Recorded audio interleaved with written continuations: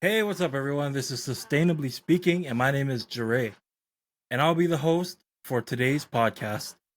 My lovely co host, Maya, Lyndon, Tavan, and Shea have researched different local sustainability topics that they find interesting, and they want to discuss and share it with us and you, the listeners, or viewers, if you're watching the video.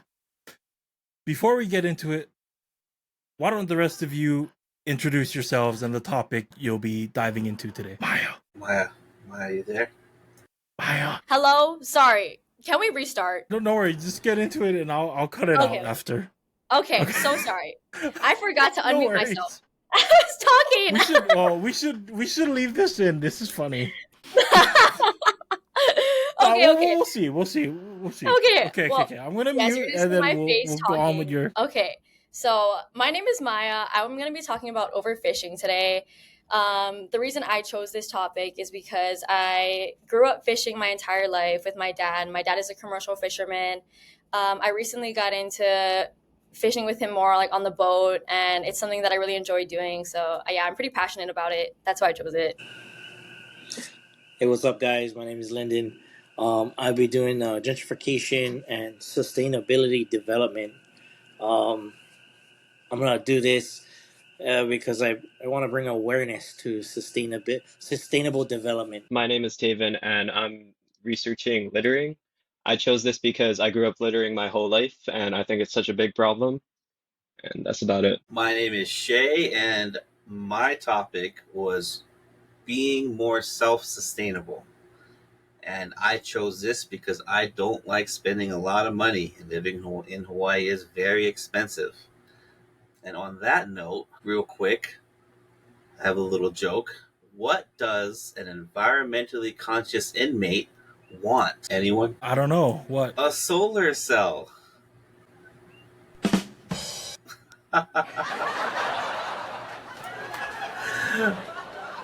Isn't that funny? That was so great. Okay, now the funny bit is over. Let's get into the more serious issues, starting with Maya and overfishing. Take it away. Thanks, Jarae. Yeah, I wanted to start off with saying, like I mentioned before, I grew up fishing with my dad. He is a commercial fisherman. He makes, part of his living off of fishing in our Hawaiian waters and everything. So it's something I've been around a long time. And, everybody knows about the overfishing on shorelines, with the papios, uluas, kalas, oama, all that, etc. And this all stems from illegal fishing practices or unsustainable practices that we use to fish for these fish. But something that's not as talked about is deep sea fishing as fish that are also exploited. And I don't hear a lot about it, but it's something that I noticed a lot in my personal life, fishing on the boat with my dad. And I hear from my uncles, they're all commercial fishermen as well. I just see a lot of this problem, and I don't think anybody's talking about it. So that's why I thought this podcast would be really good to get more people to hear about it and, get more people to see this problem the way I do. And I wanted to start with how in Hawaii, our Honolulu port for fish, the industry is as large as $100 million every year in fish imports. And that's a lot of money. And I think one of the biggest problems that we see in this industry that nobody talks about is the use of long lining and purse seine fishing methods. Basically, long lining consists of a factory boat who drags out, large amounts of line. I would say around a mile, 2 miles long. They're just dragging it out in the ocean, leaving it out for roughly 10 to 12 or 12 to 24 hours with about 10,000 hooks on it. And they're just dragging it out, seeing how much ahis, other pelagic fish they can catch on it. But there's a lot of problems we see here with it. Something that's really bad about it is the bycatch. Basically, this is talking about this fishing method catches not only the pelagic fish that they're targeting, but also other marine mammals like seals, dolphins, sharks, and even like seabirds. They've been catching albatross a lot, which is an endangered species in Hawaii. And it's not really, this method is actually a little bit more regulated than others, but it's still a huge problem. And I think that's a lot of the reason that we see these problems of ahi numbers declining. You know, my dad and my uncles, they go fishing year round. And back in the day, my dad would say like the average ahi size would be around 160 to up to 225 pounds. Now I go fishing. I started fishing during COVID on his boat, and the sizes that I see are roughly about 115 pounds to maybe pushing 160. And I look on Google. I think this is really interesting. I researched, you know, is the ahi populations in Hawaii decreasing? And nothing on Google states that these ahi populations are exploited. But when I look on Google Scholar, But you've seen everything. them. Sorry, what was that? But you like nothing states it, but you've seen it in like your own personal experience. Yes. So I look on Google Scholar, right? And that's all scientifically stated, peer reviewed sources, all of it stating that the ahi populations are declining by a lot every year. And it's not sustainable the way that we're fishing it now. And in my personal experience, I'm fishing during the summers. I'm barely catching 1 or 2 ahis a year now. My dad, yeah, it was still hard to catch back then, but they wouldn't have to drive out as far. They wouldn't have to, you know, be out as long, all of that stuff. I don't know how it is on the Big Island, but on Oahu, where there's ahi fishermen fishing for all these different fish in the, you know, in the pelagic species, they're driving out like 40 miles offshore. And I don't go that far. I'll go roughly like 8 to 10 miles, 20 miles offshore.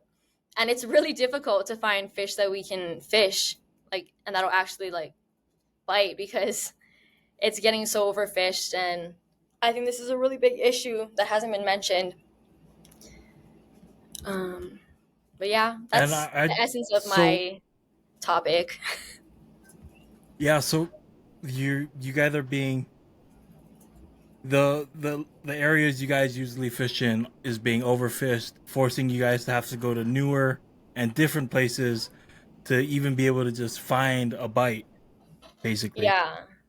Yeah, That's it's kind of similar to that's like that's parallel to a bunch of other environmental type issues like around the world.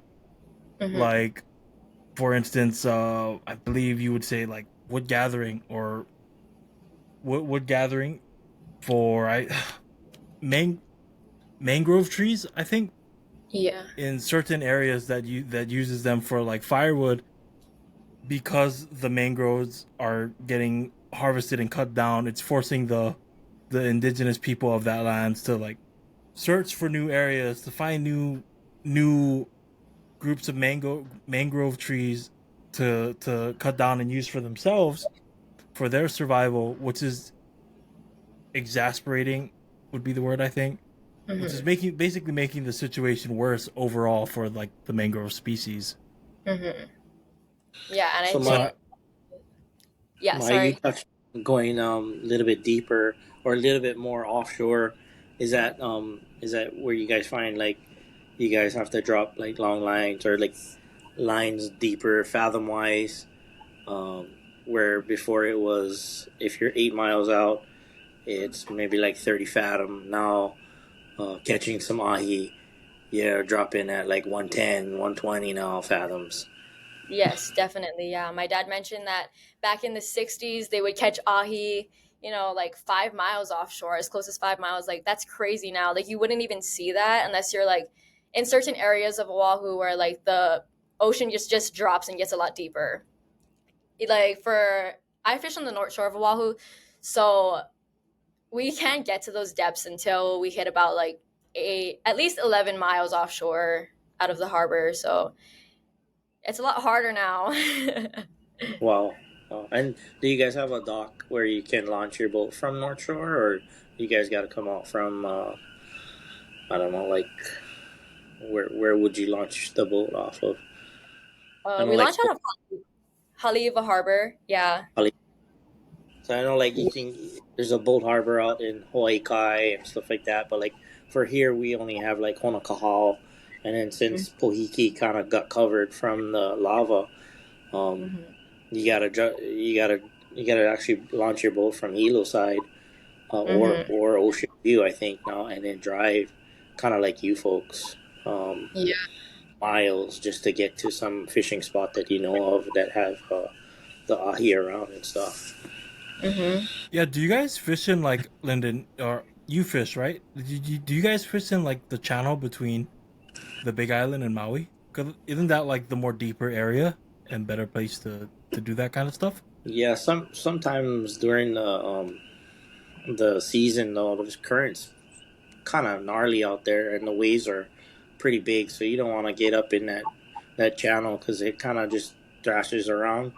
Kind of like how Maya was saying that they used to go 5 miles out and you could catch ahi. Now you got to go to like 8 to 11 miles. So in Kona, it's kind of where I fish with my uncle guys. Um, we could do something like that, and it'll be like, you know, 2 3 miles out, and you'll catch, yeah, 3 4 5 ahi in a day. Um, now, kind of like how Maya was saying, it's a little more difficult, because maybe like the long liners is super tough. So yeah, great Mm-hmm. job on doing this long lining stuff or this overfishing thing. I think it's a great deal, Yeah. And a great I just topic. want to ask because I'm not familiar with commercial fishing. Is long lining kind of similar to them dragging the nets along the ocean floor? I don't know what it's called. Oh no, that's a really good point to bring up though, because the other practice that kind of is really unsustainable is perseining fishing, a perseine fishing method. That's basically where two or one boat has a large net and they surround the entire school of fish and catch everything, doesn't matter what size it is. Take the entire school, and there's nothing left to reproduce. That's also another method that was used a lot in our region, our like Pacific Ocean region, but I think it slowly declined a little bit. But now it's mostly just the long lining that obviously the perseining with it eliminated, it's still an issue, having the long liners out there. And there's like, I would say around like 300 vessels roughly around that fish for like all that long line fishing boats.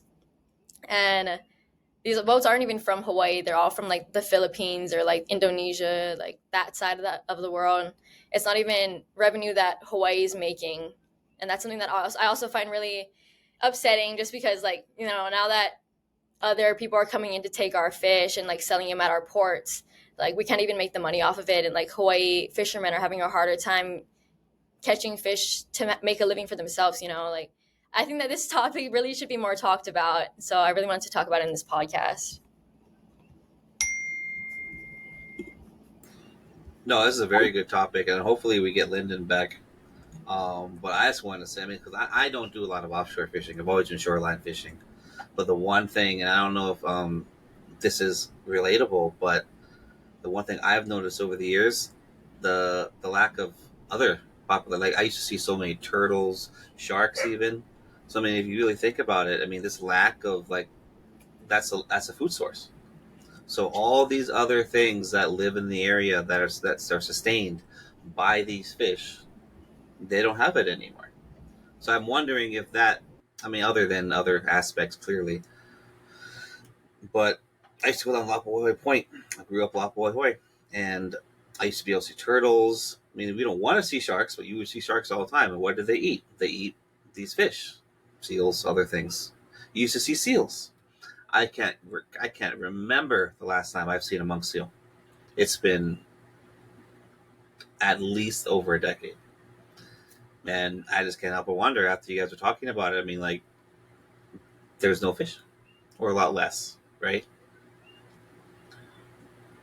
Yeah, and this is definitely a large issue in we talk about in my because I'm studying environmental science, so I'm learning a lot about different like ecosystems and things like biodiversity. And this overfishing problem, I do know is can be pretty detrimental to like local biodiversity levels in the region. And I also believe that the one of the main issues with the net fishing that you were talking about is that because it it can cause damage to the different like coral reefs and whatever's on the bottom of the ocean, if I'm recalling correctly. And the coral especially is such an important fundamental like species that they create their own ecosystem for the fishes to live and just breed and thrive in. And as they disappear along with the raising temperatures and coral bleaching um events that's been happening in these past few years, it kind of makes me worry about how that's going to affect our coastal and general ocean ecosystem here in Hawaii later on in the future.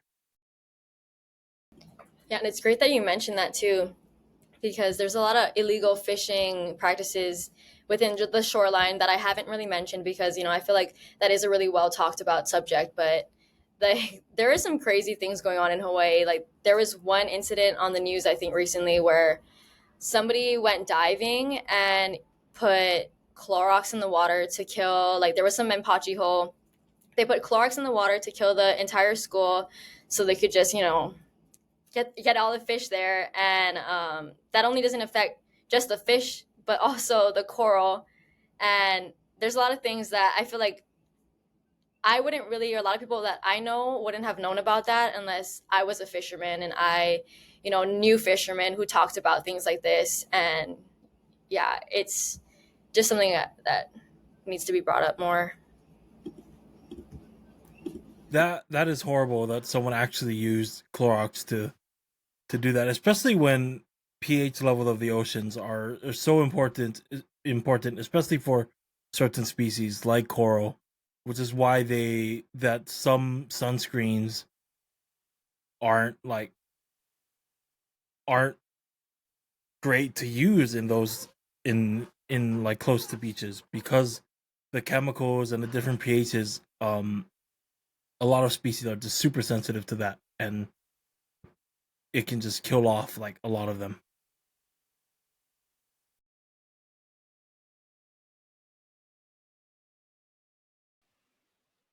I also had like a question, like, do you think a lot of locals are participating like in like long line fishing and all that? Because I feel like sometimes like when you're just like driving around, you see like people selling fish every day. I feel like it's like pretty hard to like maintain getting like fish every day like that, like enough to like sell to everybody. So how do you think like they're getting like that amount of fish? Yeah, it's a really good question. So, oh, basically, what happens? I feel like um, those type of fish that you see on the side of the road, all that is either commercially fished, products from local fishermen. My dad is like an akuli fisherman, so he goes out on the boat, maybe twice, 3 times a week at night. Goes like he does his own like hand line fishing, and he'll catch a good amount of fish with that. There is a regulation on that for people who don't have commercial licenses. That's like you can't catch more than 200 pounds, according to DLNR. But um, in terms of the longliners and the netters and all that stuff, there is like you can tell in the quality of the fish when you go to the store. There are certain fish that has a lot lower quality, or it even says like product of Indonesia, and those are the fish that come from those netting operations. They get shipped here, and there's basically no regulations in the Philippines or like Indonesia and stuff like that. They'll just do like there's one incident where they'll use like I heard of explosives, them using explosives on fish and like knocking them out and taking the whole school, stuff like that. Yeah, there isn't much regulations there for that. And if we can't catch them here and there isn't enough fishermen in Hawaii, then they resort to bringing in fish from other places. But yeah, that's kind of the gist of that.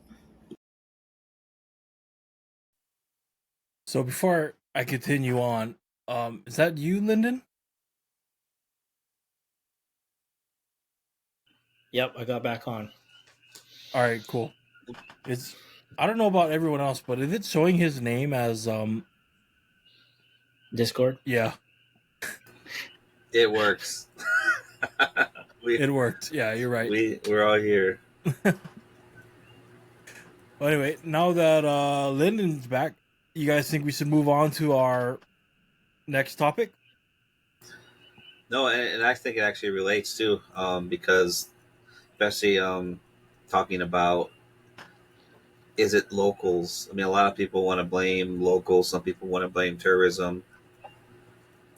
Um, but I think Lyndon's topic really goes more into the areas of that problem. Yeah, for sure. Lyndon, you want to take it away? Sure. So I wanted to do mine on the sustainable development. And I wanted to figure out like what was that in general. So I went on to the UN.org and found this website, and they kind of broke it down into like um, I guess back in '92 they had a big conference in Rio de Janeiro, and they had about 178 countries adopt this thing of what are some sustainable goals. I dropped a link in our thing so people can get into that and see the goals, and what is the guidelines, what is the actual goals itself, and it kind of does relate into how overpopulating, overfishing does. Because one of them's like I think the first goal is like no poverty. Um, and what does that look like for us in Hawaii? Being that we, we're probably one of the most expensive states to live in. Uh, so like how's the poverty level here? And with Maya bringing in the overfishing stuff, some of the local people, that's what we got to try on. It is fishing, commercial fishing too. And on the Big Island, it's a little different as far as fishing wise.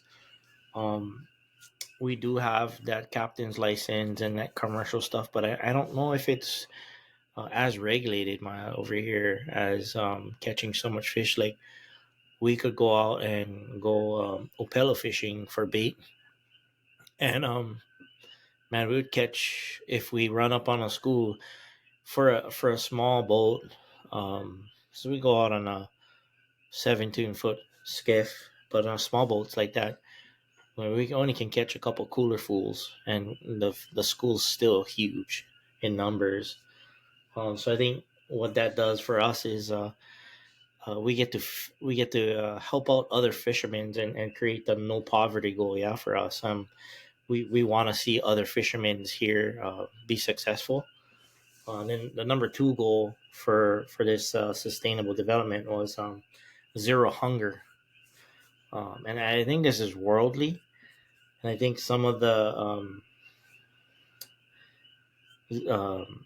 some of the countries have adopted more like how we were talking on the Pachamama website, where it's more of a zero waste food. So it's more like farm to table, where we don't have that much waste, and we're not overcooking, and we could share some of this stuff, kind of like how we did. I think that goal number three for us on the sustainable development was good health and well-being.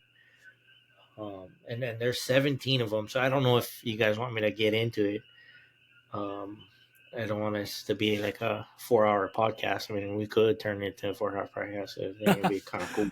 We can you can go through like a few of the important ones you want to highlight.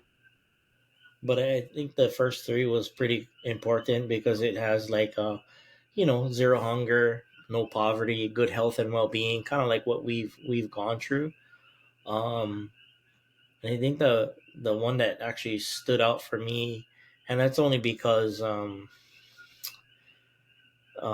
it was goal number 14. It was life below the water, and what that is the management of the ocean, kind of like how Maya was talking about, like not only overfishing, but like how plastic has got into the oceans by not recycling or just dumping it into the ocean. For me, that's a big thing because kind of like how Maya said, she's been fishing, pretty much all her life, and I've been doing the same thing, but seeing more nets and just junk out on the ocean kind of I don't know, it's kind of disheartening a little bit. So I guess bringing awareness of the sustainable development and what it is and what kind of goals we can achieve, um, I think bringing awareness is what we want to achieve for this podcast. I want to highlight how what you said about the ocean being important, and I this is why I like the topic of sustainability in general because it branches out to not just overfishing and like different development issues and other things we're gonna go into, but it's also like in certain regions a cultural thing, especially for Mm-hmm. us here in Hawaii, where for not just the indigenous population but the local community as well, how important the ocean is for our just livelihood and our culture and everything, and how much of that is involved with sustainability, you know. Yeah, no, totally agree. I totally agree.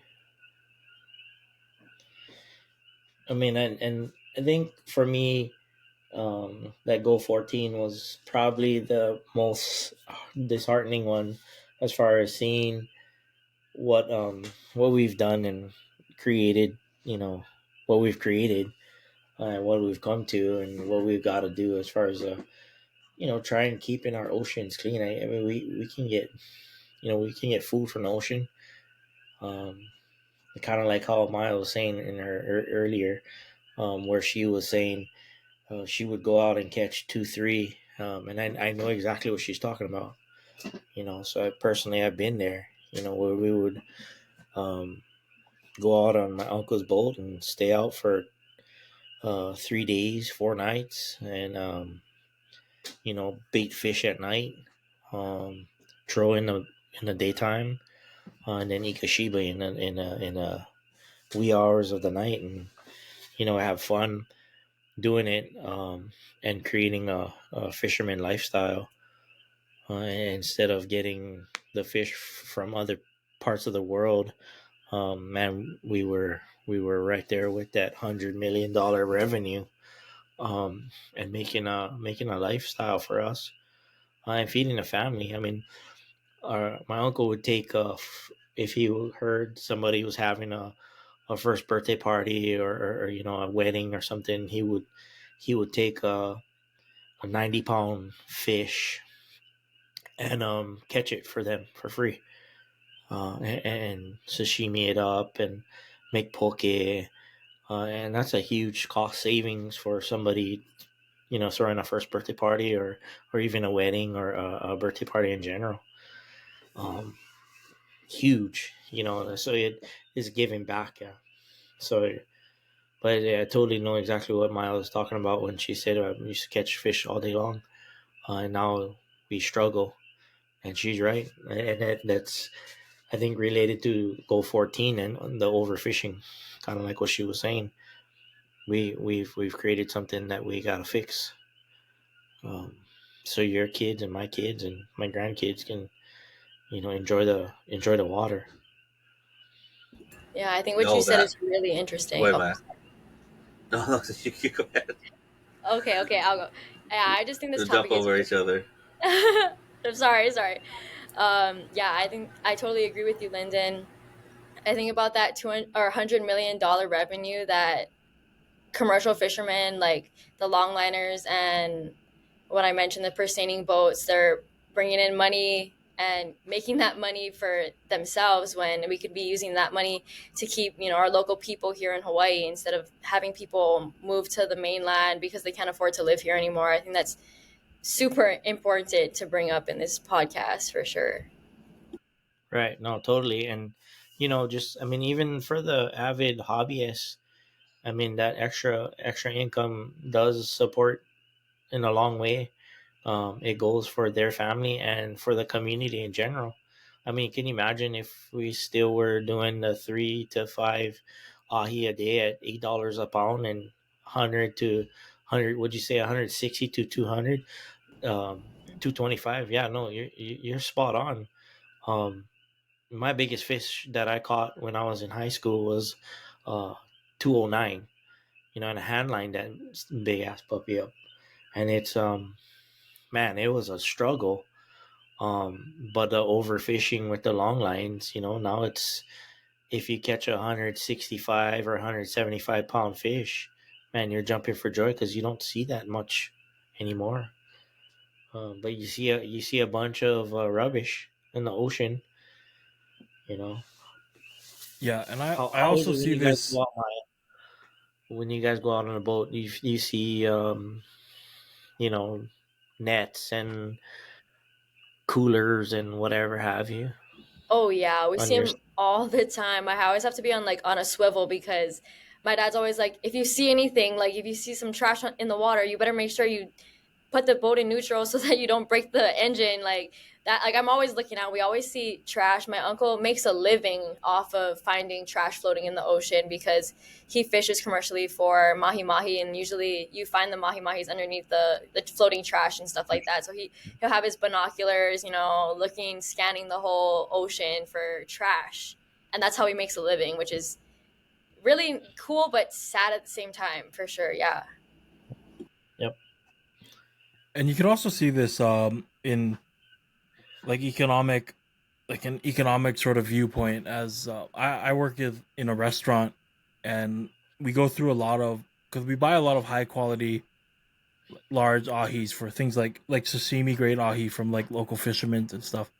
And over the past few years, it's been getting a lot more expensive to just buy fish to support that. And because of that, our prices have been having to constantly being raised.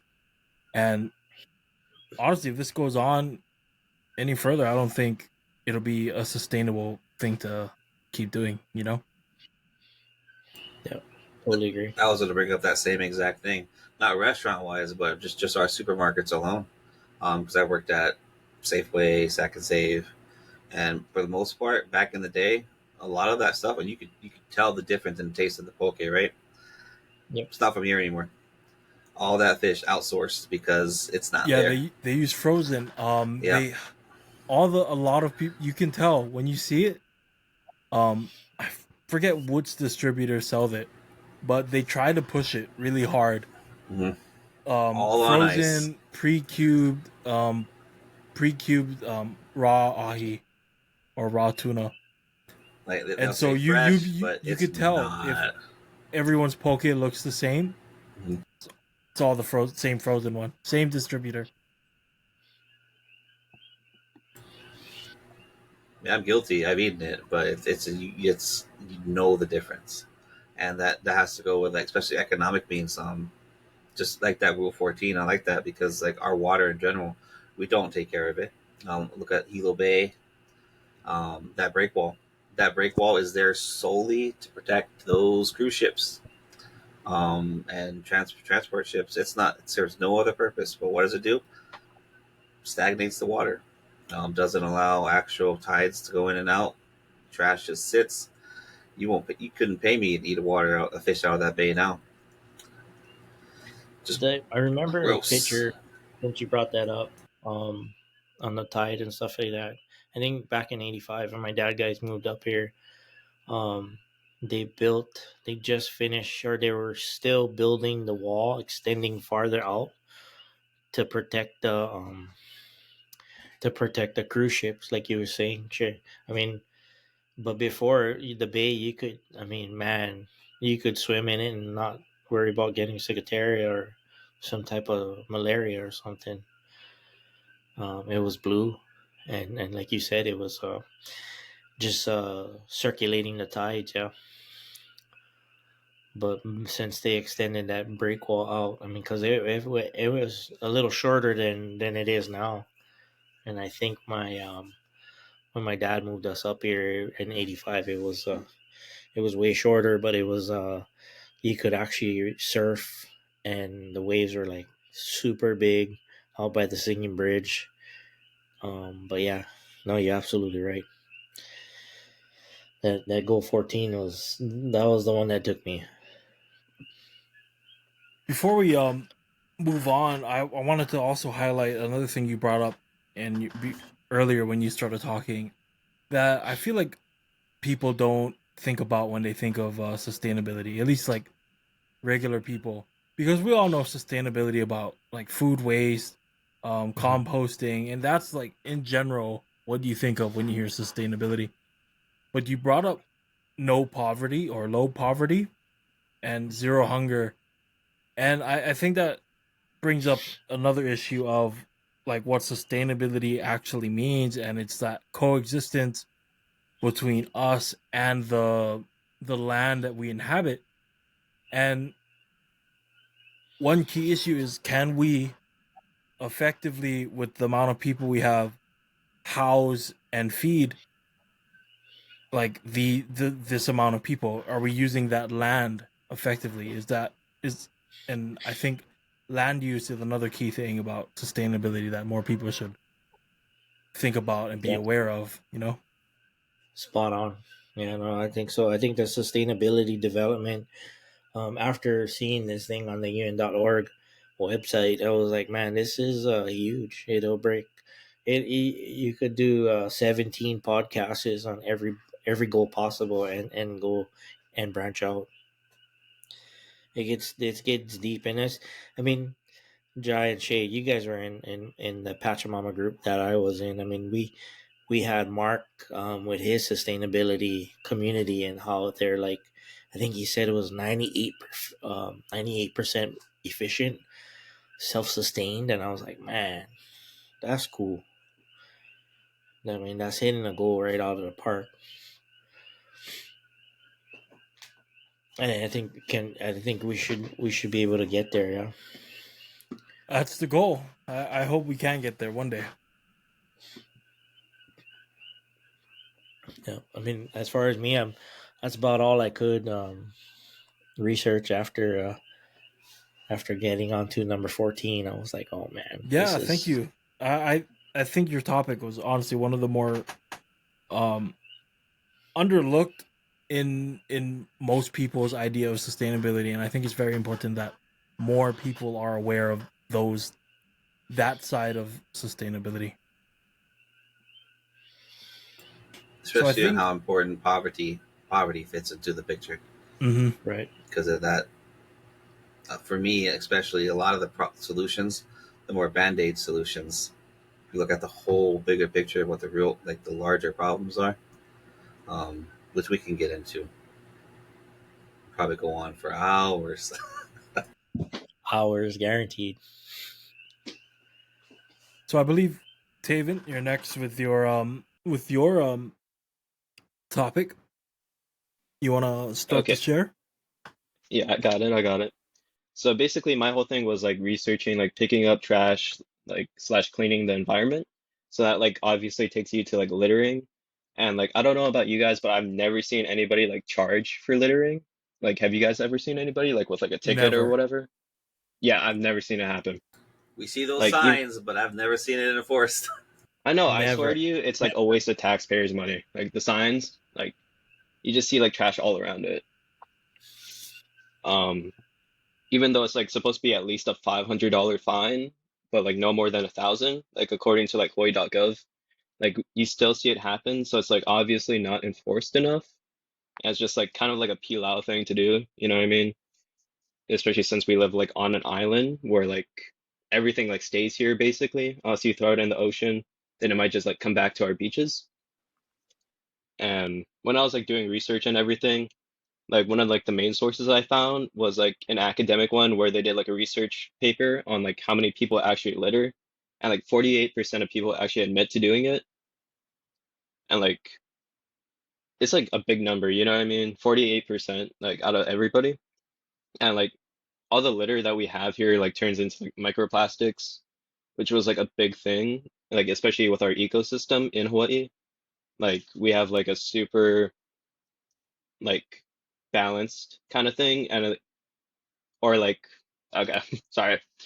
It's just that like our wildlife, like our marine system, is super vulnerable to like changes and everything.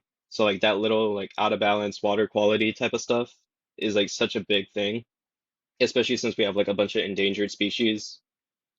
And Yeah, I and don't know, that it's just relates back to the topic when we were talking about um different fishing tactics, like that person using Clorox to fish that Maya brought up. Just our yeah, ecosystem is very sensitive to outside disturbances because of the fact it evolved around the islands in the middle of the Pacific. You know, it's just not used to that kind of thing. because like I feel like I'm super young. I'm only like 18, but like throughout like my whole life, I've seen like how things have changed, like especially like at our beaches and everything. Because like I swear to you, like there was like more like turtles and stuff that you would like see just coming around. But like there's like nothing now. Like I don't know if you guys have like seen that too. Oh, for sure. I've So seen that also, oh, go less ahead, go ahead. animals, like you said, less turtles. Like Shea brought up, I haven't seen a monk seal in ever. Um, I've seen like one shark in the past 2 or 3 years when I used to see plenty more when I was younger. And if we're also branching out and the changes we see, we can also see like sea level rise too from at least maybe 10 years ago. You can kind of tell the difference in certain areas. Yeah, I think this topic Yeah, is interesting too. I was in an environmental science class once, and one of the studies that scientists were doing on Hawaii was studying the dead albatross carcasses, like the stomachs of them, to see like how much microplastics they found in their stomachs that they were eating. And the result of that study was that almost every bird had at least a third of their stomachs filled with microplastics, and they're catching them from going out in the sea, thinking that this little piece of plastic is food, and it's super disheartening. And those albatross birds that they studied were endangered too, and I think they use the Hawaiian Islands as a way to like a place to mate, and there's only like four other places in the world. So yeah, super interesting topic. No, yeah. that's Going off of sad. that, oh Oh, my go ahead, bad. Tavan. No, No, no, you go I ahead. just had a sad story. No, I just out in Kua Bay. This was a couple of years ago. There was a turtle, and it had swallowed a bunch of fishing line. And then we were fortunately able to pull it out slowly out of this turtle's throat. But I mean, like it was dragging. The only reason we found it is because it got caught up in the rocks. Because if they don't know that you can't eat fishing line or the plastic bags, like Maya was saying, I mean, like they cut open the they find dead birds, or they find the I can't think of the word for what birds regurgitate, like in owl pellets. And you can see the plastic in the what's left over, what's left behind, and just that turtle. Um, I'm assuming it's fine. It swam off just fine, but it was painstaking. It took us maybe 3 hours to get what was hundreds of random lines all tangled up out of this turtle's gullet. And that's just one turtle. One turtle, and how painstakingly it was. I don't know if people remember seeing videos of like people cleaning the docks with oil spills and how much effort it takes to fix something. How much effort would it take to just actually prevent it, or just to not throw your fishing line in the water, right? Like how you guys talking about the nets floating around, the coolers. I mean, like if those people just didn't leave the coolers out, I mean, less shade for the mahi, right? But at the same time, I mean, the effort needed to fix those things is so much more than actually just not doing it to begin with, which of course would be the perfect world, right? But one step at a time. Sorry, David, I cut you off. No, no, it's totally cool. And like you said, there's like so much being done, but like if you just didn't have that problem to begin with, then you wouldn't have to do all this painstaking effort. Because I don't know about you guys, but like before I always used to see like these videos like on just like social media of like these turtles, and they would always have like a straw or something like stuck like in their nose, and they would take like hours just to like take it out, and it's like such a painstaking process. And like I personally would never wish that like on anything. You know, you got like a straw in your nose. It's like one hard to live, and like every day for them is just like a fight too. So it's like something really to keep in mind because like it's just a straw you might think that you're throwing away, but you're like causing so much harm to something like in the process. That's like my idea of it. Um, that kind of leads me on to like what is being done. So when I was researching, there's like multiple like organizations that dedicate their mission to like cleaning up pollution like in the islands. These include like 808 Cleanup, Surfrider, Hawaii Developmental Group, and I only participated like in a couple of them because like for me, I have to do like community service for my scholarship, so I have to do it anyway. But it's also something really nice to like participate in because you feel like a part of something bigger, in like my opinion. But whenever like I participate like in this stuff, like it just feels like you're solving a symptom, like instead of solving a root problem, because you're there for hours and like at the end of the day, you get like the beach cleaned up or whatever. But just like a month from then, it's just back to the way it was before. And it's like kind of really hard to watch. I don't know if you guys have done like community service like that, but I don't know. It's just like kind of sad to see that happen. And you're bringing up a really another key important point of sustainability, which is the sustainability around our waste. So sustainable waste, it's about waste production and waste management. And yeah, we can clean up the beaches and clean up the roads as much as we want, but until we stop the root cause, which would be things like the amount of plastic or disposable things that we are creating, and then the amount of disposable things we're using and throwing away after, we can only it's really only a band-aid for the like a temporary relief.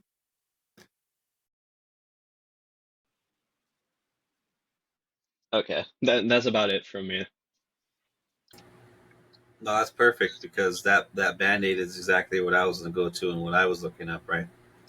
We'll take You it want to away. you want to introduce me? No, it's like I mentioned earlier, and yeah, that worked out very well. Because things that we can do to be more sustainable, right? Clearly, what Dre mentioned earlier, composting, farming. But one, not everyone can compost. Two, not everyone can farm.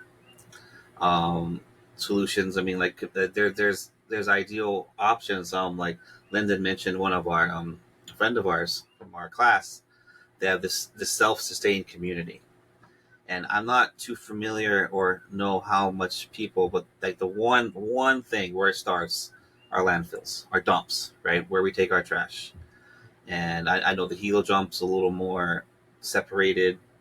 You go to the mainland, go to other places, Japan, other countries. They have these more organized landfill centers. You go to ours, what do? Throw your trash in the trash bag, dump them. Out of sight, out of mind, right? Just some numbers right here. Our landfill, Big Island. Uh, Maya, you're on Oahu, right? I'm Didn't in occur to Hilo me till now, but yeah, you're I in live Hilo. on Okay. Oahu. Yeah. I don't have the Wahoo numbers. I got some others from other islands, but just for Big Island, 70 over 77% of our landfills alone are filled with construction waste, which is 22%, paper, just regular paper, not even cardboard, 22%, and organic waste. That's your yard trimmings, but majority of that is actually food waste. That's the excess food you're buying, and we're not even the huge problem. We talked about restaurant food and like supermarket foods, right? And I mentioned I used to work at Safeway, so I can save. I don't know if anyone's seen what happens to all that food, or is aware of how much food gets thrown out of Yeah, our grocery after stores. working in restaurant, the amount of food waste there is horrendous. It's a It lot. all goes to waste, and I've seen dumpsters by places like Sack and Save, Foodland, and KTA, and the amount of food they throw away, It's it kind of reminds horrendous. me of those people that are dumpster diving in New York. I don't know if you guys have heard of that, but they I follow they them on can TikTok. fully support their food, their own nutritional needs by just getting food from the trash cans that are still clean, still good. It's just it's past the date. What's the worst part about that, though? It's illegal. You can't do that. You're not allowed to go dumpster diving, right? They're throwing the food out, but they won't give it to. I mean, there are some problems with donating food, and I have seen that like those stores would donate like Sack and Save. I'm not. Watch me get sued for what's it called, right? Defamation of character. But but when supermarkets donate older food, they give them to poor people. They eat the food. They can get food poisoning. They get sick. I get that. But that's a lot of that comes down to the individual. I don't know if you've seen those videos of those farmers showing their barns full of potatoes or onions, saying that there's no shortage. We can't sell them. They're not letting us sell them. A lot of that waste, it just comes down to it's just sitting in landfills and going through those numbers. And a lot of the problems with microplastics leaking out that comes from overfilled holes of trash. Like garbage dumps are meant for non-perishable, unreusable products, rotten meat, some plastics, and it's funny, but plastics are only 8% of our trash here on the Big Island.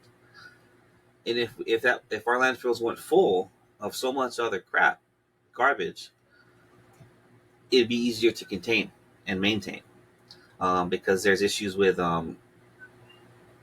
leakages, misuse of mismanagement. But and mismanagement is a huge thing because if we only practiced better, if we would put money and effort into those things instead of building walls for cruise ships, or other stuff that doesn't really matter, that actually helps our environment, we could do better. A lot of that, however, does stem down to our individual uses and what we do as individuals, which is why composting, not using as many plastic straws, not using single use plastics comes up so often, because it's great to say, oh, the problem is this. But if we as an individuals don't at least recognize what the problem is, it's going to persist, which stems down to why I say the overlying problem is poverty. Now, and I love this, and I this was not the thought was always there, but I actually got this from our Pachamama Alliance group. One of our group members said all the issues, global warming, waste management, all stems down to inequality and basically poverty. Poorer people can't afford to not do certain things. Carbon emissions, majority of that comes out of lower income countries. But fact of the matter is, India, China, they can't survive without doing these things. The trash output that they make, majority of the trash comes from them. But is it their faults? Really? Are we going to tell them just to pack it up and die? I mean, that's not fair. And I have these conversations with people all the time about, oh, I'm so much better than they are. I shop here. I'm sustainable. I do this. But my whole thing is, me personally, I can have a compost bin. I have several in my backyard. I can grow potatoes. I can do this. Someone living in we don't really have large apartment complexes on the Big Island, but we've all seen them, right? Yeah. Because on Oahu, I mean, I don't. I don't think your landlord, would be very happy with you having compost bins in your apartment complex because they're nasty. They really are. They stink. But that is just something you could do. The idea of farming, community farming, great concept, practice in theory. But as people, I mean, we think about ourselves too much a lot, right? Do you think we could have a community farm up in Hamakua somewhere where people just aren't going to trash? Which I really want to point out to specific individuals that want to blame outsiders or locals. Fact of the matter is, it's everyone. You can't blame locals for something. You can't blame tourists for all of it. We all have a part to say. Like David mentioned, I don't know if that's exactly what you meant to say when you were talking about littering. You said you used to litter. I admitted I did the same thing. When I was 18 years old, I was speeding around, cruising, beach cruises. I cancel me if I have to get canceled, whoever watches this, but I'm guilty of throwing my monster bottles out the window while I'm driving. I've done it. Horrible. Regret it. Of course I do, but I've done it. Yeah, Um, I'm also guilty of that as well. I used to I used to smoke before when I was younger, and I used to always just well, you're one of the cigarette butts, yeah flicking them. yeah I used to flick 'em. Like now I stopped smoking and I don't do anything, and I do my best to limit my waste and not use as much plastic and all of that. But back when I was younger, it was so much more. I was so much more less aware or Yeah. conscious of my own waste management. No, we've all been there. I mean, like we all come around, but I mean that's part of the kicker, right? How long do we give people to come around? Do we let them come around? I mean, can they ever come around? I Um, think the awareness of everything that we're doing helps people Helps. come around. Yeah, Yeah. because I feel we especially in Hawaii, mainly nothing wrong with Oahu. I got family there, love it. I go there all the time. But I mean, Big Island wise, I mean, like I mentioned, I never really did offshore fishing, but shoreline fishing. I'd go hunting all the time. I mean, and back in the day, I mean, confidently, I could say we were sustainable. We could do it. But now with the amount of people, how much more crowded our island's getting, it extends to what Dre was saying with, can we maintain? Can those people be supported? Which actually goes to what I mentioned, why I like the sustainability topic, to make things cheaper for myself. Clearly, I mean, I've lived here my whole life, but this is the most expensive state to live in. I mean, maybe someone can say California taxes or Seattle, maybe they're close, Maine, but I don't think anyone has a higher utility cost than us. Gas, I think California was beating us for a little while, but that's for whatever reasons they have there. I don't know much about California. Man, I lived in Sacramento, California, and my power bill was still like $60 a month. So Now it's like, my friends tell me it's high, so don't feel it's like ah. So I believe them, but I don't know. I don't know better. I've only been here, and even when I was in the military, and you live on base, you don't pay attention to those kind of things, right? right. No, Uh, and Man, I had a 3 bedroom apartment up there, and AC on, heater on, central AC, Sierra Nevada power. It was like Air conditioning. $65 I got open window all with day the long. with a All day desk long. fan. I got an open window with a ceiling fan and a small fan on the side. It's about $100 a month in electricity usage. Air conditioner. I Yeah, it's crazy. It's crazy. Absolutely nuts. that was Absolutely nuts. this house actually. The house I bought when I got back actually had AC because our apartment in Virginia had AC in it, so it had air conditioner. I used it for 1 month, and then I saw 2 months actually because the way the bills work, right? You get billed the previous whatever. That bill was that AC from that AC alone was almost $300 higher. I'm like, hell no! I'm gonna go back to opening the window with the ceiling fan. It was nice though for that 1 month, and that was only one room, the bedroom, my bedroom. But there is, and I got reasons. I'm gonna go through a couple of them, but I cannot justify why it costs so much. Um, but I mean, like we have clearly we live in the middle of the ocean. They transport things here, right? That can at least count for some increase in costs.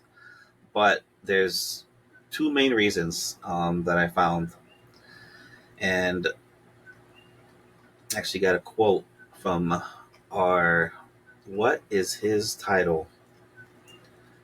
And I love this. Our very own Department of Environmental Management openly admitted to why certain things are done the way they're done is because it costs more to reuse it than it does to use new material, at least at this point. So our own government and the people in charge are Okay. openly admitting that they'd rather waste than recycle. I I'm glad you brought that up because I see in our thing we talk a little bit about recycling, and I don't know, I don't think a lot of people know this about but so recycling is, you know, your paper, your aluminum cans, your plastic, and your bottle. Not a The minimum. minimum. The issue with that is, so at least for the plastic bottles, the other things are getting recycled more like pretty regularly. But plastic bottles and plastics in general that you take to the recycle center, a lot of the times they end up sitting just compacted in warehouses in different areas across the state or around the globe or country Because we can't because do it that here. specific reason. It is a lot cheaper to use and produce more plastic than it is to reuse the old one. Yeah. And like no one mentions that, and honestly that's its own issue by itself. Like China is one of the countries that does it for us. They will repurpose. They make billions from other countries. I don't know how many facilities we have in the United States that do it. Not many. I know that there is. I couldn't find a lot about it because it's not really a thing yet. On Oahu, there are some facilities trying to actually get to burning garbage for energy, but that sends its own problems because getting rid of garbage, which it produces a lot of emissions, which is where you get into if we start being more mindful of what we're throwing away, you start cutting that 77% number that I mentioned earlier down.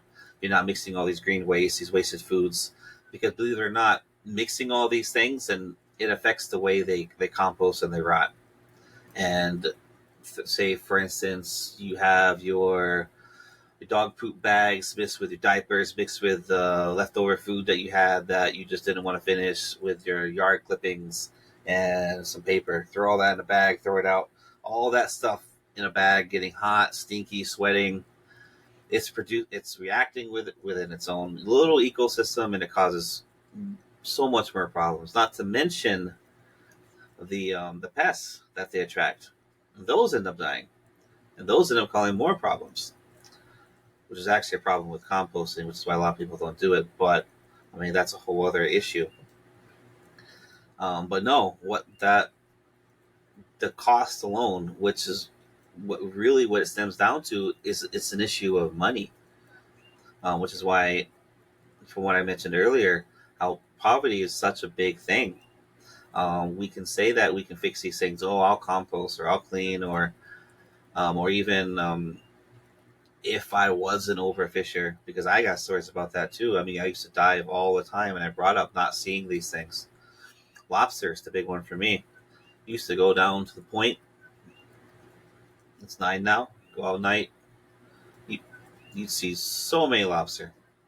I haven't seen a wild lobster. I'm out of shape. I don't dive anymore. I can't count the last time I've seen one. They're not there. And my friends tell me they see them here and there, but hey, unintentional. But they can say they're still there, but not the way they used to be. Um, but that's why we're here, right? What can we do? Um, Especially when it comes to my topic of not filling that landfill. Be more cautious. As hard as it is, because I know it's a big deal for me, especially with food costs. The reason I started growing things, I even have I have a small list of 10 things you can grow at your own house, because I was getting tired of them rotting so quickly. I know I brought this up in a little group meetings prior to, but I remember being able to buy a bag of potatoes, and those potatoes would last in my cellar for a good month. I buy potatoes now, put them in a cellar. For some reason, they're sprouting after 4 days. A lot of that has to do with what I mentioned prior to. A lot of these things are being held in shipping containers. God knows how long it takes for them to come from wherever they're coming from to get to here. Dole pineapples, for instance. Do you realize that I think they're grown in the Philippines, shipped to Indonesia, packaged, and then shipped back to America? I mean, I don't like Dole pineapples, but a lot of people do. I mean, I'll have some pineapple juice and rum, but just small things. You can grow onions in on your kitchen counter. Just don't leave them sitting there for too long, because they will rot and it will stink. Potatoes you can grow in little pots. Herbs, the herb industry is a huge one, and half the time we don't even know what we're buying when you buy them at the supermarket. You spend $20 for an organic vial of basil, you might be getting yard trimmings. That's a little bit of a conspiracy theory, but it all stems down to just being conscious of what we do and being Conscious aware of and such aware. numbers, right? Yeah. Be That's aware of what's the happening main to the thing. fish, the fishing, the Rule 14, how much effort it takes to clean up these messes, that 77% of that landfill, how dirty we actually are. uh, and how expensive it gets. I don't want to move to another state. I want to be here. But cost of living. And even if I went somewhere else, how long is that place's cost of living going to be, whatever it is?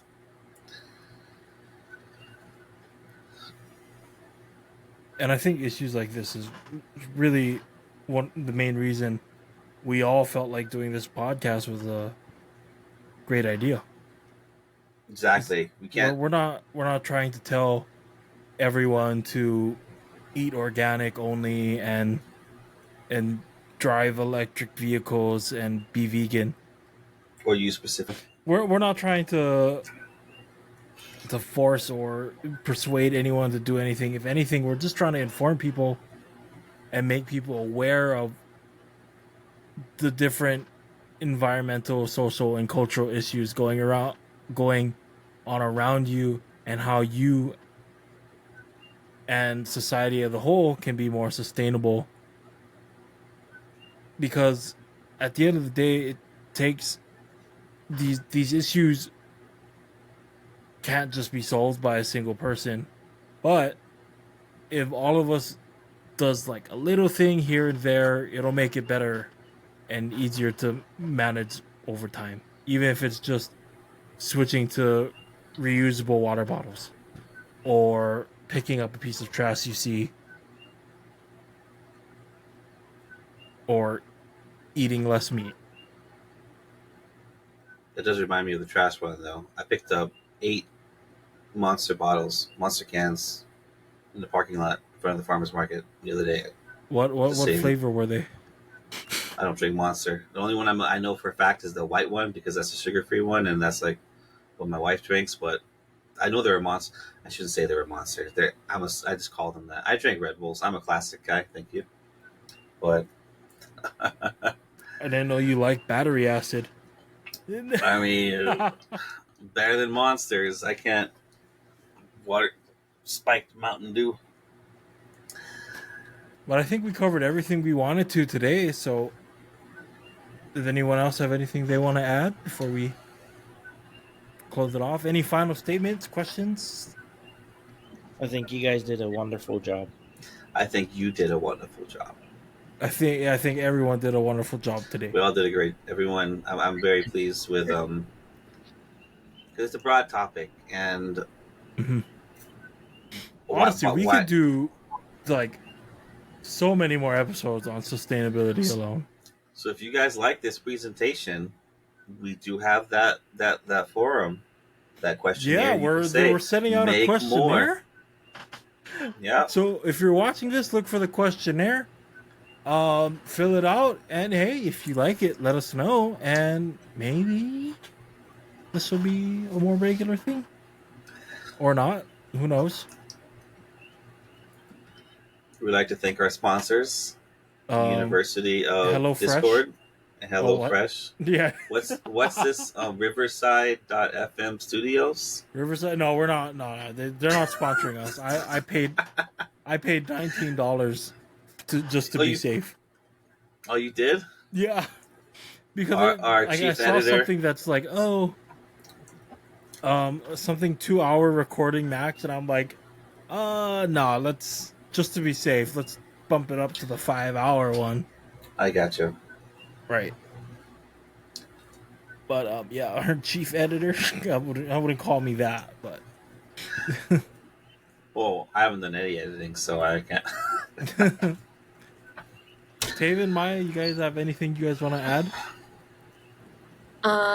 No, just I'm really excited about this podcast, and I think the fun. biggest thing about what we did here is to get people to hear more about these issues happening in Hawaii and stuff, and things that we're not normally aware of that we can take more action in. And I think this is a great way to do it. And I feel, even just listening to you guys, I feel more motivated in my personal life to take more action. And like with the food waste thing, like 8.3% of plastics in the landfills compared to food waste is crazy to me. And yeah, like I feel more motivated, and I think it was really awesome. Yeah, it was super fun. Even though like it was like something new for me, I still think it was a fun experience. It's my first podcast ever, so it was cool. I'm gonna quit my day job to do this full time. Yeah, I'm gonna write a book now. Yeah, I think you should be a host for a lot of different podcasts. This was so hard. But you have the voice. Oh, I know. Thank you. Yeah, you have the voice. Yeah. Well, maybe I'll keep the subscription running and then see how that goes. You should jump on different podcasts and just be their narrator or host. It's actually the second, I think, podcast I was on. I think my friend tried to make one, and then, so I came on as a guest to be interviewed. I will be recommending you to Joe Rogan. Because I do watch his podcasts. Yep, and also recommend me to No Jumper too while you're at it. Seems like a fun time. Yeah, No Jumper. Yeah. But yeah, I think that'll be it for today.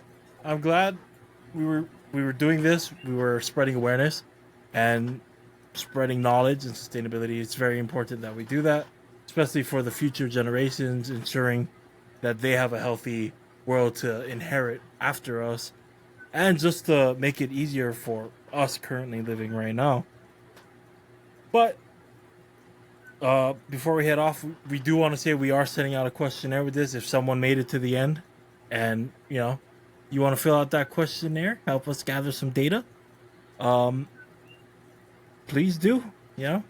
Tell us that And you can even tell us things in there like, oh wow, you guys should totally do more, or oh, that guy with the blue and pink hat, I don't know, he looks pretty handsome today, or whatever you guys want to add there. I love it. love it. Super handsome. Oh, thank you, thank you. All right. Superstar. Anyway, I'm gonna stop the recording. Signing off, I guess. Boost.